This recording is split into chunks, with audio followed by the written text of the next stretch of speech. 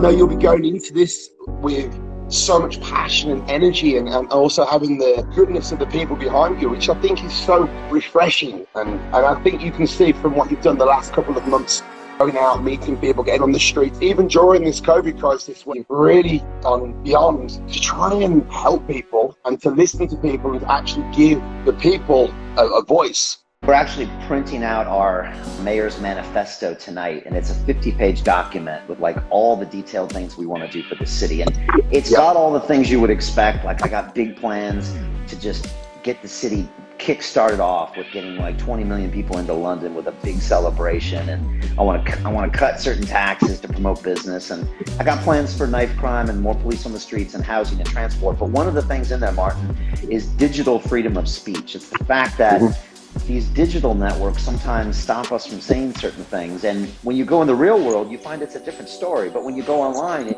it's almost like a scary movie. I've been here 21 years. I've been a citizen for 14 years. I got 2 young boys that were born here. They have to walk the streets of London where there's a knife crime once every 2 or 3 days.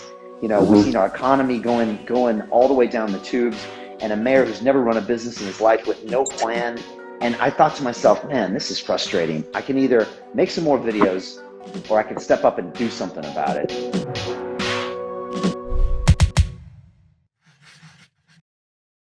There he is.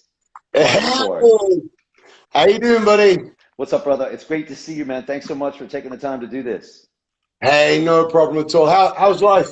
It's great. I was just taking everybody down through memory lane and showing a picture of these handsome guys, right? Brian, which one's you? The pictures don't do you justice. They really don't, you know. You know what? I'm much prettier in real life. I keep saying this. You know, I just rewatched some of that episode. It was absolutely epic, man. You know, people know a lot about you, but you're a deep thinker.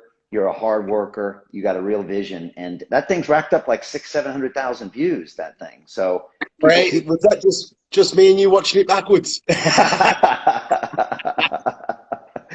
Oh, come on. There's some real stuff in there, man. So, look, I really appreciate you being here. For people that don't know, this is Martyn Ford. I guess we have to call you now a Hollywood actor. That's really what you are, but you're also a fitness professional, online trainer, potential maybe, you know, fighter in the future. I don't know what's going on with that, but you really make your living as an actor now. And we're starting to see you in places like Fast and Furious, which I think is coming out in June, right? You got a new series on HBO. I don't know if I can talk about some other movies coming as well. Like I said, you got a massive online coaching program. Anyways, that's who this man is, Martyn Ford. And again, just behind the scenes, dude, you're just a solid human being, really good vision, really good focus, really good worker. And you're a super grateful guy. That's what I really like about you, man. So welcome. I think when you've come from humble beginnings and you understand what it's like to be on the opposite side of success, it really makes you appreciate when you do get there, just what you can achieve in life if you're successful, and two, if you stay focused and work hard. And I think that's what for me, I achieved it at the later part of life, so I really understand what it's like to go through life with stress and struggles, and what it's like to be, you know, the right at the bottom of that ladder. So it's I'm grateful to be here, and I just want to keep rising up. It's so great to see. And, you know, it's weird because when people see you, I mean, you're obviously a really big guy. You know, you're what, 320 pounds or more? I think so. I mean, I came down to about 315 when I was training for this fight, and obviously COVID hit, and the fight was delayed and so on. And then I landed I landed a series called The Nevers on HBO, which we currently it gets launched on Sunday actually on Sky Atlantic. Oh, wow. And that's been a huge project, massive project. And for that character, Joss was director at the time, wanted me to be bigger. So I just I piled on as much as I could, as quick as I could for that role. And then another role came up, which I'm working on this week, which I'm not sure if I'm allowed to say yet, so I won't. But it's a massive project, huge project, and it involves me being topless. So I've had to cut back on the pork pies and hit the cardio. Try and get myself back in shape. I've been watching you on the pads on the bag. I've been trying to replicate that energy. It's a great time to be alive for myself, and just trying to grasp every opportunity at the moment. Yeah, and I saw the trailer for this HBO series. It's called The Nevers, and I mean, it knocked me out. And I played it for you. Yeah, I played it for my whole video crew on my digital battle bus when we were going around campaigning to be mayor. And these are the guys that helped me make documentary films. And I said, check this out. And their jaws were dropping. I said, check out the production value, check out the detail. This is gonna be the next big thing that you're in, and you're a big part of it. And I maybe you have a feeling too. I feel like the world's just gonna grab onto this thing, and the Yanks are gonna love it. Without a doubt, I think the series is going to be massive. It's going to be, I mean, when I first got involved, it was about 2 years ago now. When I first got involved and I saw the names involved in it, and it was HBO, obviously a massive organization. You were talking about this series, right? And just how you when you saw it come out, you were like, oh my gosh, this really is going to be as big as you probably hoped it would be when you were filming it. Is that right? Yeah, I mean, when I was filming it and obviously working with the actors such as Nick Frost and so on, and Joss Whedon being director and so on, I knew it was going to be massive. The production value was incredible. And then to see the trailer, it's just, oh my God, this is going to be big. So, yeah, fingers crossed. I mean, there's fingers crossed we can grow it, and there's longevity in it for myself and for the actual show itself, which I'm sure there will be. It's just a phenomenal opportunity to be involved in that. And then obviously Fast and Furious coming out in June. It seems to the whole world's had a horrendous 12 months. But fingers crossed we're starting to get back to some normality. Filming's kicked back off now. And everything seems to slowly be coming back to normal. So let's hope this year's a good year for myself and everyone else, and stay positive, really, to be honest. Yeah, that's really what we got to do. And look, I just want to say how much I appreciate your support with what I've been doing this past 6 months. And, I think most people probably know by now that I'm running to be the next mayor of London. The elections are 4 weeks from today. Big article came out yesterday that we're now, second in the bookmakers. We passed the conservative candidate. I don't think that's been done in history. And you've always been really supportive of me, and I just really appreciate that. It means a lot. You're always like giving me support behind the scenes and giving me support on social, and like all those little things matter. So thank you, man. I really appreciate that. It means a lot. And I know we're going to get you on the battle bus at some point. Drive around London, but I really appreciate it. No, not at all. I mean, the thing for me as well, I think, because we know each other off the camera, and I know you'll be going into this with so much passion and energy, and also having the goodness of the people behind you, which I think is so refreshing. And I think you can see from what you've done the last couple of months, going out, meeting people, getting on the streets, even during this COVID crisis, where it's been every single obstacle's been in your way to try and do what you've done. You've really gone beyond to try and help people, and to listen to people, and to actually give the people a voice.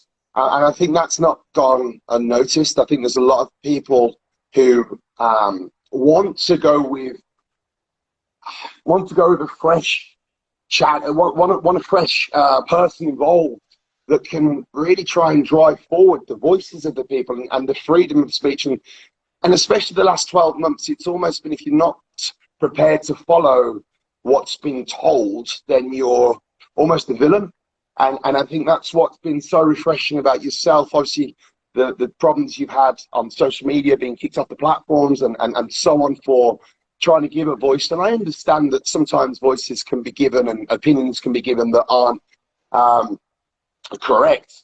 But just to be absolutely told there's one direction to go, and if you don't like it, you're tough. That, for me, as an individual and as a man and an adult, it kind of makes me question why you're not allowed an opinion. And I love that about you. I love the fact that you are willing to listen and willing to debate, and willing to have people from all walks of life, no matter how rich, how poor, how successful, how unsuccessful, and allow everyone to have a voice. And I think that for London, especially, is so important to have someone at the head of the whole community, not just a select few. Yeah, that's so powerful you said that. And you kind of remind me sometimes of all the things that we've done over the years. You know, I think it comes down to freedom, Martyn. I think it comes down to just having your personal freedoms. And last year, we got into this big fight about freedom of speech. And people were trying to tell me, everybody from Ofcom, the regulator in the UK, to one of the biggest corporations in the world, Alphabet, that owns Google, that owns YouTube, basically saying that you can't put out these ideas. And again, when I spoke to people in the streets, people came up to me and they say, I don't agree with what that guest said. And I said, that's okay. I said, but do they have the right to say it? And they all said, of course they do. And I said, and do you have the right to listen to it if you choose? And they said, of course I do. And I said, well, there's people out there that think it's too dangerous for you to listen to, or you're not adult enough to make that choice. And almost everybody on the street, Martyn, would say, well, there's something wrong with that. And then we saw we didn't have the freedom to maybe, open up our businesses. We didn't have a freedom to make a living. And then in January, I didn't even have the freedom to be allowed to campaign. And I was literally stopped by 10 police officers who said, you're not allowed to campaign. And I was like, that doesn't sound like democracy. Something sounded wrong with all of this. And I think we take these human rights for granted sometimes, but sometimes you got to fight for them. And so I've been really lucky to do that and had a ton of support, and a lot of people not supporting me too. It's been a great time of growth, to be honest. It's like being in the gym. You know, when you're pushing up those heavy weights, you always grow, and that's what I feel like I've done in the last 2 years. Yeah, I agree 100%. I think for me, I mean, you see it on the news and you read it in the papers. Then when you go into the real world and you're around real people, the opinions are extremely different from what we've been told to do and what we've been told to do and how we should do it, and what the people are their views on the situation. And to me, a lot of people are saying and doing and expressing the same feelings. And it's a very strange time to be alive, and a very scary, I suppose, prospect of what's happened and why it's happened. And I'm not a massive one for conspiracy theories, but at the same time, I'm one who likes to question scenarios and situations. And I think that's something that we probably won't know for another 20, 30 years, to be honest. Yeah. Well, sure. We'll be unpacking this thing probably for a while. And we're actually printing out our mayor's manifesto tonight, and it's a 50-page document with like all the detailed things we want to do for the city. And it's got all the things you would expect. Like, I got big plans to just get the city kick-started off with getting like 20 million people into London with a big celebration. And I want to cut certain taxes to promote business. And I got plans for knife crime and more police on the streets and housing and transport. But one of the things in there, Martyn, is digital freedom of speech. It's the fact that these digital networks sometimes stop us from saying certain things. And when you go in the real world, you find it's a different story. But when you go online, it's almost like a scary movie, like one of the movies you would be in, Martyn. And yet it doesn't always reflect what's really going on. And I think that's when we start getting digitally censored, there's an issue. And I think I was fighting for it last year, but as mayor of London, I think I can really go head to head against some of these platforms and say, you know what, enough is enough. There has to be a point where we can express certain views, because right now those tech companies are almost more powerful than governments. And again, they can kind of promote a certain line of thinking that you adopt without knowing it, because especially for the kids these days, you probably know this, Martyn, their reality and their digital reality is almost the same thing. Whereas when you and I grew up, we remember a time where you weren't your Instagram account. For a lot of these kids, you were only your Instagram account or your Snapchat account. And so it gets a little weird when a corporation is controlling your identity. So there's real issues here, and we just need to be talking about them and have some people that'll fight back. And it helps to be an independent voice, because I don't have a party I have to check with. I don't have tens of millions of corporate donations. I don't have some backroom deal going on, you know, with some person in a parliament I got to check with. I just give it to you straight, and I get the best ideas and I put them out there. So it's an interesting time. to say the least. Yeah, and I think as well, like with what you were saying about the control and the freedom of speech on social media and so on, it's a very different time because this is still new. You know, if it was 10 years ago, everything that you'd see on the news and read in the newspaper, you'd just take as gospel because there was no other voice, there's nothing else really challenging it. There's no movement, and to have a voice, you had to be on that network.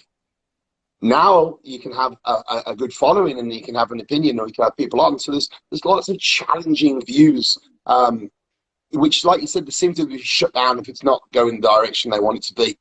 So I think having someone like yourself who wants the opportunity to bring back the ability to have freedom of speech and to have options to voice opinions, I think it can only be a good thing, to be honest. I mean, there still needs to be control over it. There's obviously, you don't want a complete lunatic to have the freedom to go. But looking back in history, there's plenty of lunatics that have been able to put their opinions across and be very successful.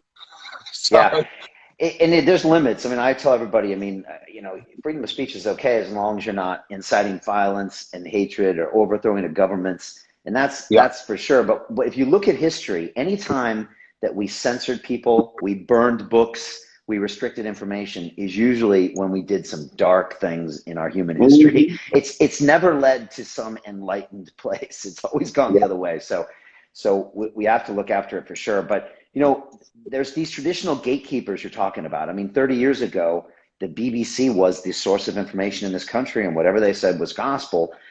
We're seeing now a time where we're going to see a transfer to where that's going to go digital. We're seeing it come close now, but we still have traditional gatekeepers like news channels, newspapers, even political parties are kind of these old school gatekeepers, right? They have to decide. If you're in the Labor Party, you have a 50% chance of winning. If you're in the Conservative Party, you have a 50% chance of winning. But now, because I've been on digital media for 10 years, and I'm the oldest YouTuber at YouTube headquarters, by the way. You know, they're all younger than me. But at least I've got these platforms where we've been putting our messages directly to people for the last 6 months. I've served up, I kid you not, like 1.4 billion impressions of my campaign videos, my policy videos, everything. So we're going straight to the people, whereas traditionally people have to wait to get a call from the BBC or the Evening Standard or the Conservative Party to even have a chance. And we're going to see at one point, Martyn, we're going to see it switch to where maybe there's no parties anymore. Maybe you just vote digitally. Maybe there's no candidates anymore. We're going to see.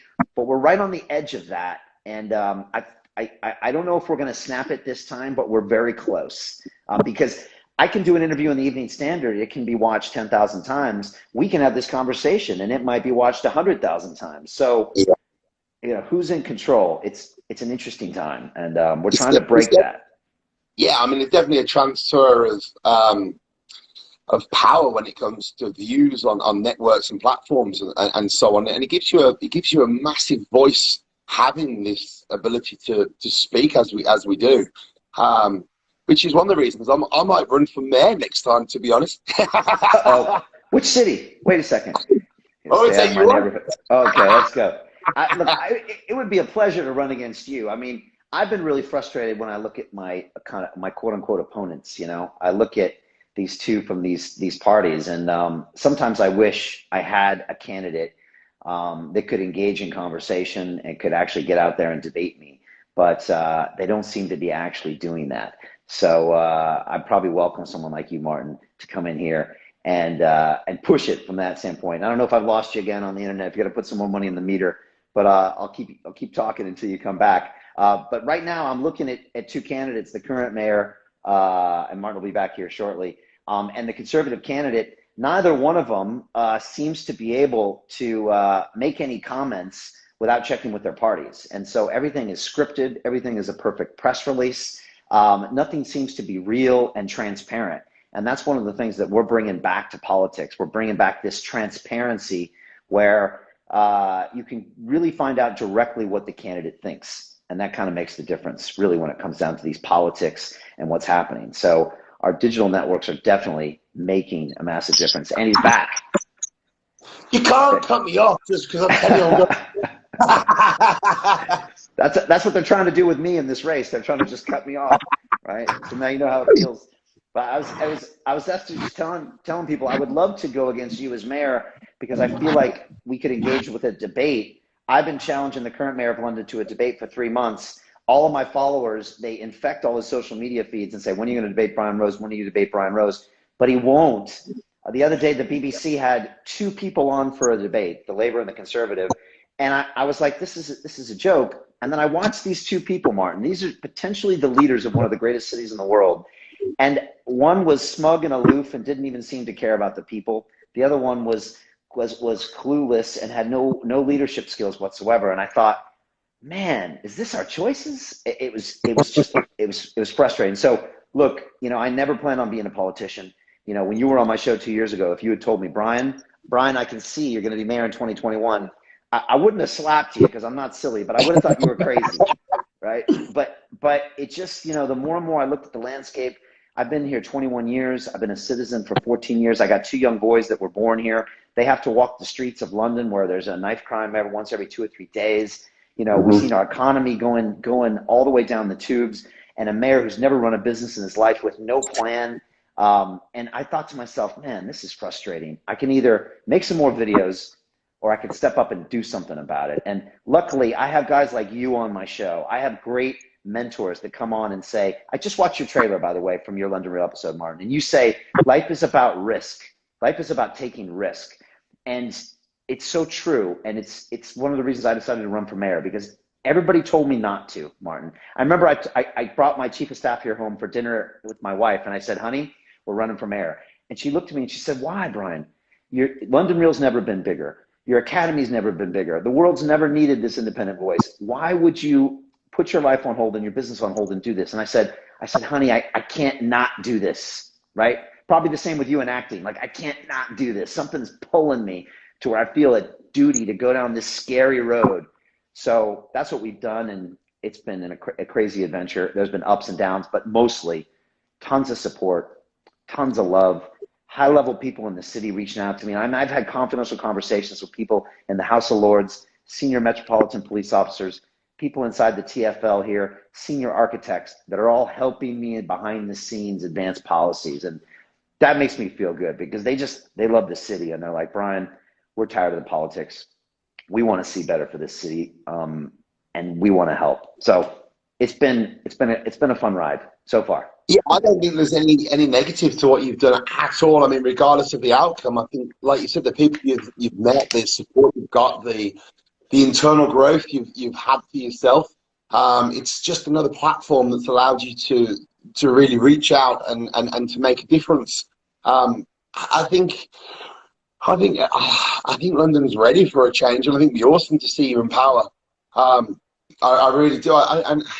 I don't think you can do anything more than what you're doing. Just being honest, being open, and getting out there and meeting the people and listening to what they want, and from that putting that forward. It'll be interesting to see what happens in a month's time for sure. Definitely. And like early on, I kind of recognized that I have 2 jobs as the next mayor of London. That's it. I have to listen and I have to serve. Right? That's it. 2 jobs. Listen and serve. Listen and serve. And so I just thought I'd go out in the streets and just say, what's the biggest challenge you're facing? What are you struggling with? And then try to listen and then try to figure out a solution. And so as long as I have that mindset, I think you come at this problem from the right standpoint. When I see some of our current leaders, it's like almost the opposite sometimes. It's almost like a political career. Our mayor of London was out recently and he was doing a photo op at a coffee shop, and about 5 citizens calmly came to ask him some questions about one of their neighborhoods that had been shut down in one of these low traffic neighborhoods. He literally had to hide in a coffee shop for an hour till a security team got there. And then they moved him out to his armor plated vehicle. And people were just saying, could you please just tell us why you're doing this? Wouldn't talk to him. And he got zipped back to City Hall. And the word is he can't even go out in public until the election because he'll be heckled and he can't listen. And there's something fundamentally wrong with that, I think. Whereas when I go out and try to talk to people on the streets, the police try to stop me. It's like, I call it the tale of 2 mayors, And again, I think we're going to see a political system that becomes more transparent. I had this guy, Nick Whitcomb, on IG Live last week. He's actually my health and well-being advisor. He's the gym owner up in Merseyside, in Liverpool, that stood up against those armed police officers that tried to shut his gym down. And he raised he got a bunch of signatures and got heard in Parliament. And he was on the show, and he's, like I said, my health and well-being advisor. And he said this. He said, Brian, I think all our politicians should be on Instagram.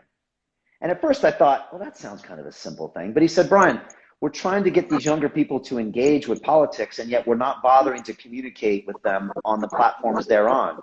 He said, he checked, I think he said like 2% of our Parliament staff have Instagram accounts. So he said, why aren't they being more open, honest, transparent? So we're trying to usher in this new wave of, just some more transparency. And people say, what are you going to do with London Real when you become mayor? I'm moving this thing to City Hall. Are you kidding me? We're going to broadcast every day. It's got the perfect name, right, Martyn? London Real. It's perfect. So yeah, 100%. I think you're right with a lot of what you're saying, and I think it shows. I mean, with a lot of the policies and a lot of how past mayors have gone, it seems to me that their direction and their advice comes from the 40+ range. The youngsters have been ignored, and it really highlights and shows there with what you've said about the social media and having engagement with a platform of people, whether it's their ignorant to the platform, or they're really not fussed about having the opinions of the younger generation. Who knows? But there's definitely a gap and a divide there. There really is. And there's just this weird mistrust with politicians. I mean, I was doing an interview with the Times last week, and they said, who did you vote for in the last election? And I was like, I don't remember. And they thought I was trying to dodge the question, but I actually checked, and I didn't vote because I wasn't engaged. And and I had David Haye in here, the boxer, and he's a real big fan of everything we did for censorship. He's going to come on the bus. And he said, Brian, I've never voted. I hate politicians. I hate the whole mess. But he said, I've been watching what you're doing, and I see all these youth centers are being closed down. All the boxing gyms are getting closed down. All these kids, they don't have anything to do, especially these young men. They got to do something, and they can result in crime. And he said, we got to do something about that. So he said, I hear what you're saying, and I want to get involved. So I had some 12-year-old kid riding a bike the other day, and he said, he drove by me, and he said, you're the mayor, innit? And I was like, yeah, I guess so. And he said, I saw your video on YouTube. So I feel like maybe we're bringing, making politics sexy again. Maybe we're at least engaging with people. And people call out my suits, and they're like, why are you wearing the pinstripe suits? And I'm like, look, you come for the suit, you stay for the policy. But I think, I think the mayor of London should be promoting this city 24/7. I should be out there trying to bring business, tourism, notoriety, film production to London all the time. So you need a mayor that's out there going big. And I don't see, a lot of our leaders doing that. I agree. I think the reality is that the youth are the next generation. If they're not listened to and not heard, especially in London with what's going on at the moment, they could go even further the opposite way. And like David was saying, the closure of these centres where the youths have an escapism. And as well as I do, there's so many kids who go off the rails because they don't have anything to put their energy into, especially, whether it's mental breakdowns or it's crime. If there's no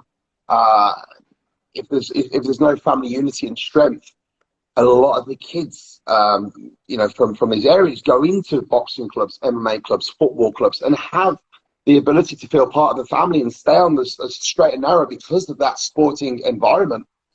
And by not funding them and not giving them the opportunities to do that, you're just asking for more and more trouble when it comes to knife crime, when it comes to the lost youth, to be honest. I think I could have gone one or two ways. I said this on the interview at 100%. And sports and fitness definitely saved me and gave me a direction. I was never one who enjoyed school or excelled when it came academically. But when it came to physical sports and training and fitness and the encouragement that growth in the environment gave me. I think I might have lost you one more time, Martyn. I think you're going to pop back real quick here. And again, you were talking a little bit about these community centers and needing something to do after school. And that's Martyn probably going to pop right back in here. But, you know, a lot of these young kids and young men and women, they need something to do from those hours of 3:30 p.m. until 8:30 p.m. And that's when they get out of school and then mom or dad comes home. And if they don't have something positive to do, they're going to potentially find something negative to do. And I think we've all had a point in our life where without that mentor, things could have gone one way or gone the other way. And I've met so many guests. Hey, I think you were just talking about how having that youth center or having that positive message, it can kind of make or break some of these young people's lives, right? 100%, buddy. I think it's so important that we try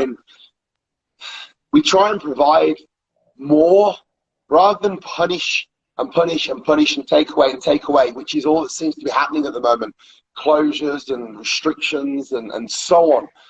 And even the whole the food issue which Marcus was behind, it just seems to be so much pulling away and less opportunities and less help for the youth out there, that it doesn't take a genius to realize it's going to create long-term problems. And I think fitness is one of those.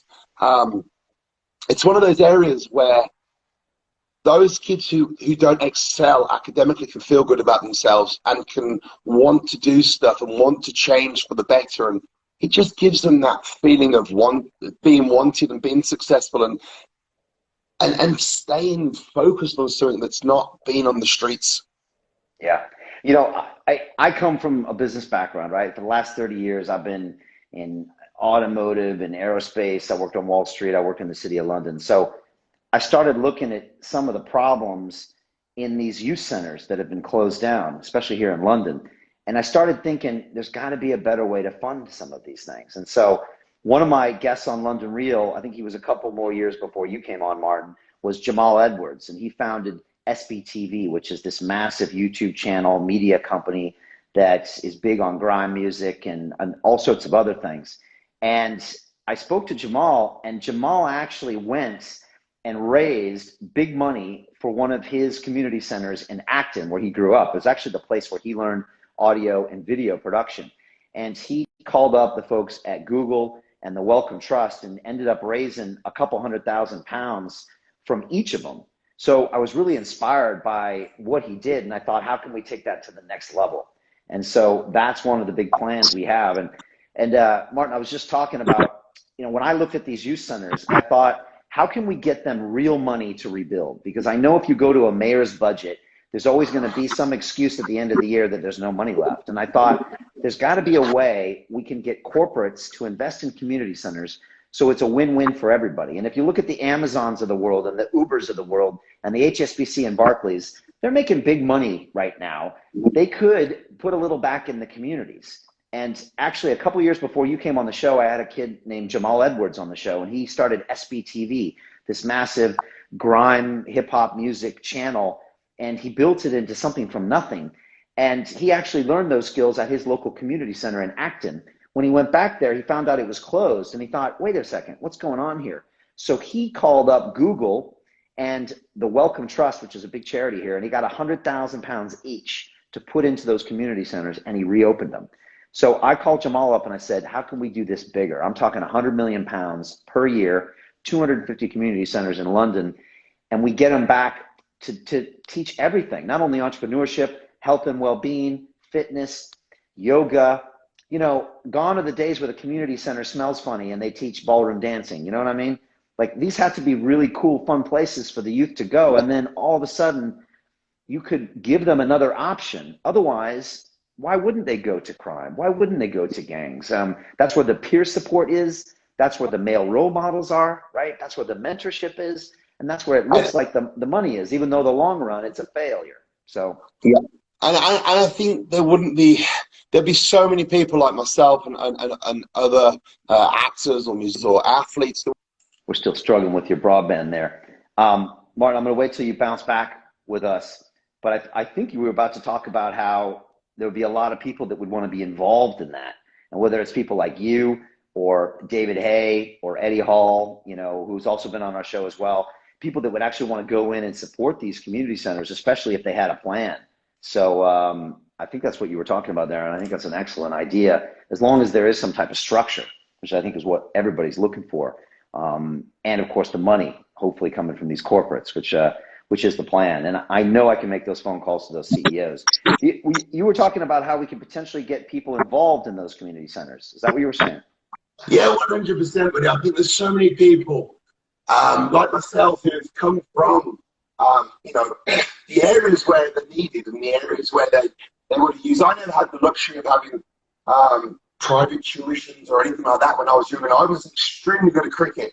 I loved cricket, football, athletics, and all of this was done through the coaches and the staff, all volunteers. You know, it was all, there was opportunities given to kids who weren't privileged to grow skills, to develop themselves, to build confidence, and to become someone. And I think a lot of the professional sports people especially come from them areas, and very hard to. And Martin, I'm working in a hard time from your broadband company as well. So I'm going to wait for you popping back up. And there's a couple comments in there. People were saying, can you be an American and be mayor of London? It's a great question. Everyone also asked me about my accident. I've actually lived in London for 21 years. I was actually a British citizen from back in 2007.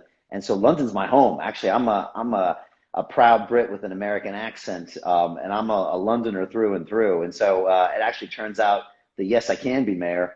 And this city was built on people coming from other countries, and I just look forward to giving my part as well. And so great question that people were asking. The broadband companies are giving us no love, huh, Martin? I tell you what, buddy, I'm going to find out who I'm with and put them on blast. Shovers, man. Get them out. I do have a plan for free digital broadband for everybody in this city, so I got you. I just wanted to work. I'm paying £300 a month for digital. So, I mean, like I was saying, so many people, especially in the sporting world, come from the areas that these places are needed. And not, you know, you remember where you've come from, and I think when you hit a level of success, you always want to go back and help the kids and help that generation. I don't think the problem is the support. I think it's just the money being directed in the wrong areas for the wrong reason. We've all seen it over the last years. You read about scandal in government, how they've been siphoning money off to the friends, and that money could go to the kids. That money could go to that next generation. That money could educate the kids on how to become better people and how to be successful. And it's almost like they don't, well, just greed, isn't it? It's just greed at the end of the day. Crime and corruption that happens everywhere. Yeah, I mean, I've spent, like I said, about the last 8 months studying the problems of London. I mean, I never thought this is what I'd be doing with my time, and I've gone into the detail. And Martin, you're right. I mean, it's funny because our transport system is bankrupt, and yet London is at a profit. You know, you see these massive buildings go up, the banks are making more money than ever, and yet we can't fund our community centers and our boxing gyms, and our transport system's going bankrupt, and you can't build some affordable homes. You know what? It doesn't make sense to me. It sounds like there's politics involved. So again, I've found some very simple ways to move forward on all of those things and really look at running a lot of aspects of this city like a business, where you have to be held accountable. You have to do what you say you're going to do. There's no bailouts. There's no blaming other people. And so we just need some fresh ideas and a new leader. And I think we can put all this stuff in place. And so I think it's just about having that honest conversation, and then just getting someone in there that actually is going to do that. So I'm going to pull Martin back in here and get his final thoughts here, and really see what he thinks there as far as this. So, Martin, question for you, maybe final thoughts here. For someone who's been struggling the past year, you know, with the pandemic, and they look at stuff you're doing, and you're out there crushing it. And of course, when they see you on Fast and Furious, when they see you on HBO, you've been working for 2 years to get those things. But for people that don't know how to get out of whatever kind of stalemate they're in, just thoughts on how they might be able to break through that is what I'm thinking. And I might wait for you to get back up here and come back in and stream, because a lot of people message me and say, well, Brian, I'm locked down right now. I don't have access to X, Y, and Z, and what do I do? And like I always tell them this, there is always something you can do. And I saw Martin, I think like a year ago, starting to hit the gym really hard. He actually had a gym put in his home, and I saw that he was bulking up. Now, I just found out tonight that he was doing it for one of the movies he's going to be in. But at the time, he was just doing what he could with what he had. And I think that's the most important thing. There's always something you can do with this downtime. You can study something. You can learn to be a better person. You can lift weights. You can train. You can study acting. There's always something that you can do with this downtime. And it's just about focusing on what the positive aspect is as opposed to focusing on the negative, because it's easy to throw your hands up. So, yeah, Martyn, I was just giving my thoughts on what people can do when they feel like they're locked down and they've got no options. I remember you put a gym in your home and you started lifting heavy weights during lockdown, and now I see why. But what do you say to people that feel like the lockdown shut them down mentally? I was saying this to a good friend of mine who's really struggling at the moment, because it stopped them going forwards and it stopped them in the track. And I think that the problem with lockdown is it has created a lot of boundaries. It's given people different levels of mental, I don't want to say mental illness, more like mental frustration, to be honest. The biggest advice I can give, and the advice I did give, was don't be too harsh on yourself and don't expect too much at this time, because you can't. I'm very proactive and I want to be successful, and I'm a very goal-orientated person, but at the same time, this time that we're living in at the moment is ridiculous. You know what I mean? Like, it's not normal. So because you're not achieving goals, like, you can't beat yourself up. You can't be negative. You can't feel bad about yourself. You can't take this situation out on yourself, and you cannot judge your growth as a person based on the last 12 months because it's so restricted. It's forced people to stop. I think the best and the biggest advice I can give is to try and just be patient, and try to have goals ready when the world really opens up again. What I've done personally is try to do as much as possible behind the scenes to make sure when it does open, I'm ready and I'm ready to go. And I've been self-development, education, learning different skills, ready to apply them when it goes forward. But also what I've done to stay afloat financially and to grow financially is to look at the new areas where you can invest time to make money online. Online's a fantastic way to grow now. I've been looking into different businesses, different opportunities, how to create a financial return on the demographic of followers I've got, how to build new businesses, how to build new contacts, how to go forward and grow during this stage, because there's a lot of companies out there that have tripled in income because they've done that. They've gone, right, okay, this doesn't work anymore, but there's an opportunity that people still want to spend. There's still people earning money. People are on furlough. There's money there to be spent. It's just we've got to give people an ability to spend it with us and to grow and so on. So there's always answers. It's like a game of chess. Just because you want to move one of your pieces somewhere, it's blocked. There's always another opportunity to move elsewhere. So I think if you can, you can have a look at the bigger picture and, okay, this might not work at the moment because of the lockdown, but there's always other areas you can put your energy into and grow off on a different way. And I think it's the same as anything in life. You either give up because it's hard, or you grow because it's hard. And there's people out there that will argue that, but it's life. Life isn't easy, life isn't fair, and life's never going to be given to you on a plate. So if you're not willing to work hard for it, you're going to struggle, and that's the reality of it. There's only so many times you can wipe away the tears and say, come on, you've had it stuff, never mind. At the end of the day, you've got one opportunity, one life.